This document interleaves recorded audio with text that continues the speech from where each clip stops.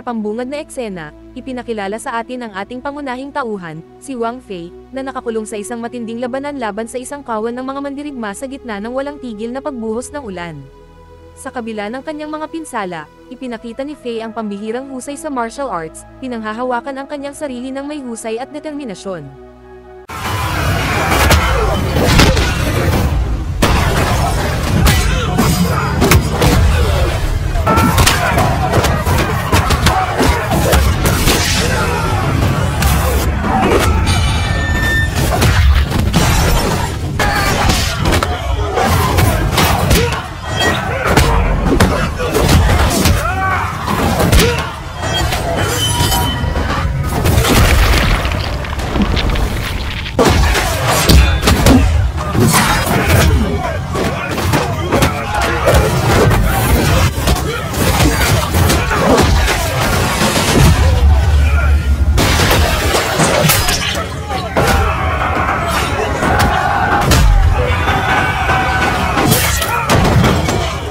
Ngunit sa kalaunan, ang napakaraming bilang ay nagpapatunay ng labis, at siya ay napabagsak.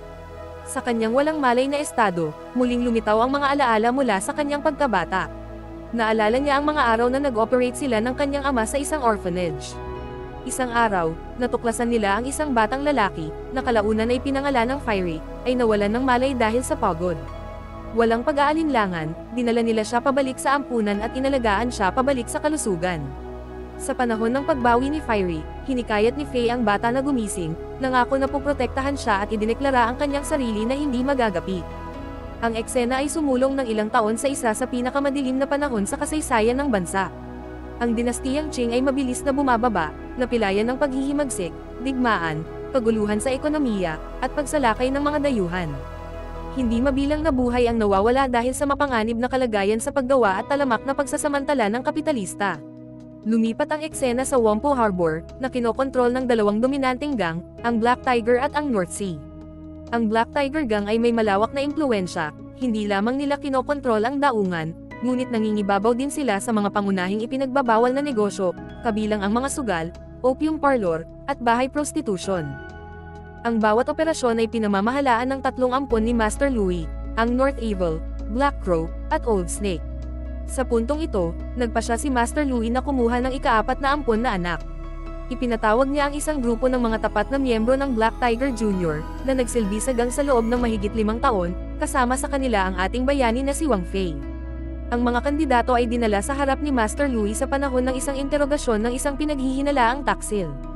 Nang tumangging umamin ang lalaki, agad siyang pinatay ni Master Louis. Ang marahas na pagpapakita ng aksyon ay nakapagpagulat sa iba, ngunit si Wang Fei ay nanatiling kalmado at hindi nababahala, na nakuha ang atensyon ng Master.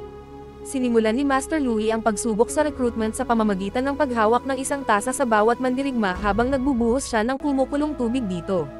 Karamihan sa mga kandidato ay nahulog ang tasa sa sakit, ngunit si Wang Fei ay kumapit, kahit na ang kanyang mga daliri ay namumula at nasusunog. Dahil humanga, inatasan ni Master Louis ang natitirang mga kandidato ng isang misyon, patayin ang pinuno ng North Sea Gang.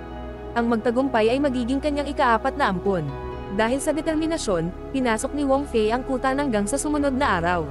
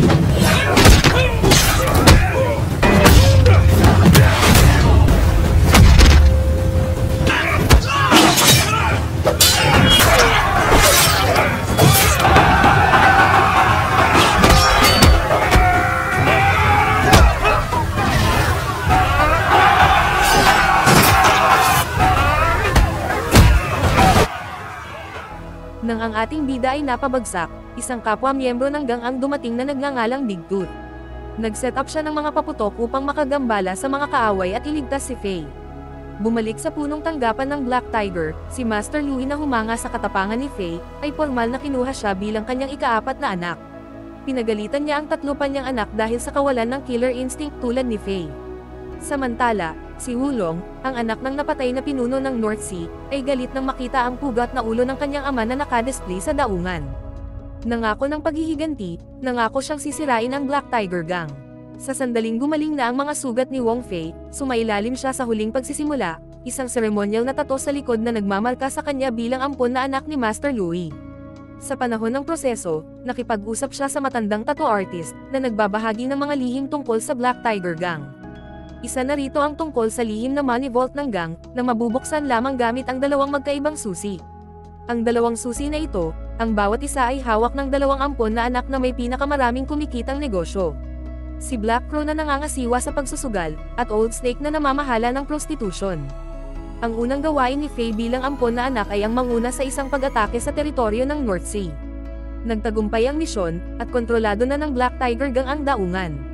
Nagsimulang makuha ni Faye ang paggalang at takot ng parehong mga kaalyado at mga kaaway. Sa kanyang pag-aayos sa kanyang tungkulin, binigyan siya ng isang personal na escort, si Orchid. Nalingid sa kaalaman ng iba, ay kanyang childhood friend. Pinagmumultuhan ng mga bangungot ng kanyang nakaraan, si Faye sa kalaunan ay nagbukas kay Orchid na humantong sa isang flashback. Noong bata pa siya, nakikipaglaro siya sa kanyang mga kaibigan sa orphanage, sina Fiery, Little Fa at Chun. Hanggang sa siya ay kinidnap ng Black Tiger Gang, na nakatakdang ibenta sa isang bahay prostitution. Ang kanyang ama ay hinabol ang mga trafficker, ngunit kalaunan ay nalaman nila na si Little Fa ay naibenta na. Kinilala siya ng gang dahil sa pananakit ng isa sa kanila, kaya naging target ang ama ni Faye. Bilang ganti, sinunog ng gang ang bahay ampunan. Kahit na sinubukan niyang iligtas ang mga bata, namatay siya sa sunog. Galit na sinubukan ni Faye at Fiery na maghiganti, ngunit natuklasan nila na ang kanilang target ay napatay na. Sila ay kinuha ng isang monghe, na nagsanay sa kanila sa martial arts. Makalipas ang ilang taon, bumuo sila ng orphan gang, na nanunumpa ng paghihiganti laban sa Black Tiger para sa pag-aalipan sa kanilang mga pamilya. Ang paglusot ni Faye sa Black Tiger Gang ay bahagi ng planong ito. Nagkunwaring escort si Orchid, habang pinamunahan ni Fiery at Chun ang orphan gang. Ngayon, sinimulan ni Wong Fei na ihatid ang mga kritikal na impormasyon sa kanila. Pagkatapos ng mga taon ng paghahanda, handa na ang kanilang plano. Tinambangan ni Fiery at Chun si Old Snake, pinahirapan at pinatay, pagkatapos ay lihim na dinuplicate ang vault key at ibinalik ang katawan na may nakakatakot na mensaheng, ang kasamaan ay mapaparusahan. Napailing si Master Louie ngunit nakahinga ng maluwag nang makitang naibalik ang susi. Ipinagkatiwala niya ito sa North Evil. Samantala, nakipagkita si Faye kay Fiery sa isang lugar ng pangingisda at kinuha ang duplicate. Nang gabing iyon, binisita ni Faye ang lungga ng pasugalan ng Black Crow, sinadyang magsugal at nagkunwaring desperasyon sa pananalapi.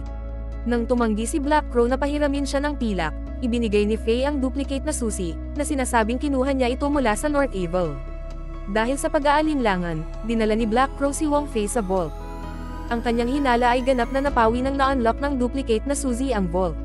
Pagkatapos, pumunta si Faye sa lugar ng pangingisda at nakipagkita kay Fiery. Ipinaalam niya sa kanya ang tungkol sa lokasyon ng vault, at nagsimula silang magplano ng kanilang susunod na gagawin.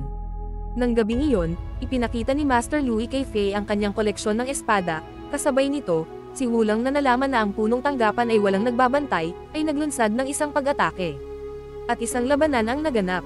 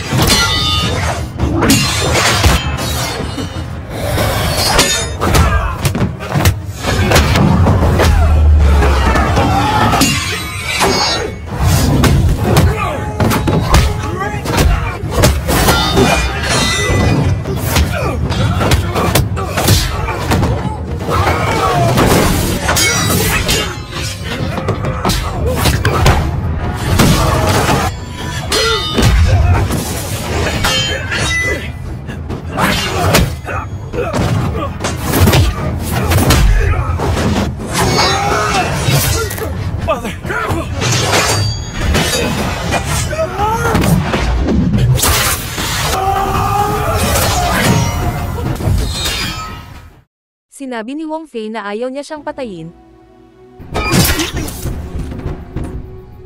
Ngunit sinipa ni Master Louis ang espada mula sa likod, na ikinamatay ni Wulong. Samantala, sinimulan ng orphan gang ang kanilang riot sa pamamagitan ng pagsunog sa mga tindahan ng opium. Dumiretso din sila sa Money Vault at pinasuko ang mga gwardya doon, at kinuha ang mga pilak. At muling ipinamahagi ang kayamanan sa mga mahihirap. Hinatak ni Chun si Black Crow sa isang liblib na lugar, kung saan siya pinatay. Isinasagawa nila ang eksena para i-frame up ang North Evil. Gayunpaman, si Fiery ay nalula sa mga miyembro ng gang at nahuli. Bumalik si Faye sa punong tanggapan, ngunit nakita ang kaibigan na si Fiery na nakagapos at pinahirapan. Nang ihayag ni Fiery na ang vault ay kanilang ninakawan, si Master Liu ay tumakbo patungo sa pinangyarihan, ngunit dumating ng huli na, ang vault ay walang laman, at ipinamahagi na ang mga kayamanan sa mahihirap na residente. Hinala ni Master Louis na may anay sa kanyang gang. Ang huling pakikipag-usap ni Faye kay Fiery, na nagpumilit na mamatay para protektahan ang cover at mission ni Faye. Pagbalik ni Master Liu, hinihingi kay Faye na patayin si Fiery. Ngunit bago niya pa magawa, ipinakita ang katawan ni Black Crow, na may marka ng tungkod ng North Evil. Naging kainahinala ito kay Master Liu. Sinubukan ng North Evil na pilitin si Fiery na umamin gamit ang kanyang espada, ngunit pinatay ni Fiery ang kanyang sarili gamit ang espada nito, na nagmukhang pinatahimik siya ni North Evil. Umalis si Leon na walang aksyon. Si Faye na nawasak, ay nagdadalamhati sa mga bisig ni Orchid. Inaaliw niya ito at nagpahiwatig ng isang plano, ngunit inilihim ito. Nang gabing iyon, bumisita si Orchid at isang kasamahan sa North Evil, na sinasabing may mga lihim sila tungkol kay Faye. Pagdating sa loob, ipinagtapat niya ang papel ni Faye sa pagnanakaw at mga pagpatay, na inihayag ang kanyang tunay na pangalan bilang Fa, na ibinente sa bahay prostitution noong bata pa. Nakuha ang kanyang tiwala, sinubukan niyang patayin siya, ngunit dinaig siya ng North Evil at nilunod siya. Habang siya ay lumiko upang salakayin ang kanyang kasama, ipinakita ni Chun ang kanyang sarili at pinatay siya. Kinabukasan, nagluksa sina Faye at Chun, kasama ang orphan gang sa libingan ni Fiery at Orchid. Inanunsyo ni Faye na oras na para sa revolusyon. Nagsimula sila sa pamamahagi ng mga polyeto at pagsasanay sa mga mamamayan sa martial arts. Pinalaya din nila ang 300 manggagawang ibibenta sa ibang bansa. Nagrally ang buong lungsod sa likod ni Faye. Sa halip na magudyok ng pagdanak ng dugo, hinamon ni Faye si Master Liu sa isang huling tunggalian. Pumasok siya sa punong tanggapan at sinunog ito, sinimulan ng kanilang epic showdown sa gitna ng apoy.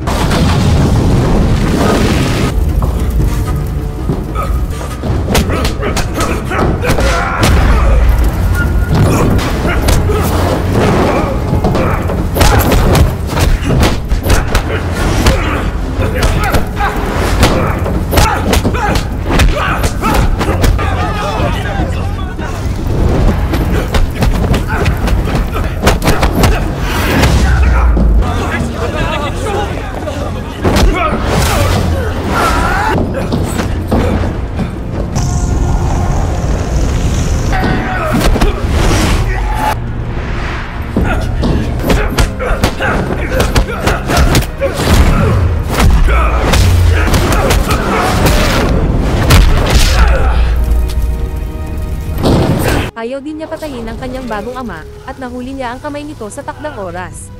Gayunpaman, tinanggihan ni Master Louis ang kanyang tulong at hinayaan ang kanyang sarili na lumunin ng apoy sa halip na mamuhay ng isang kahiyahiyang buhay.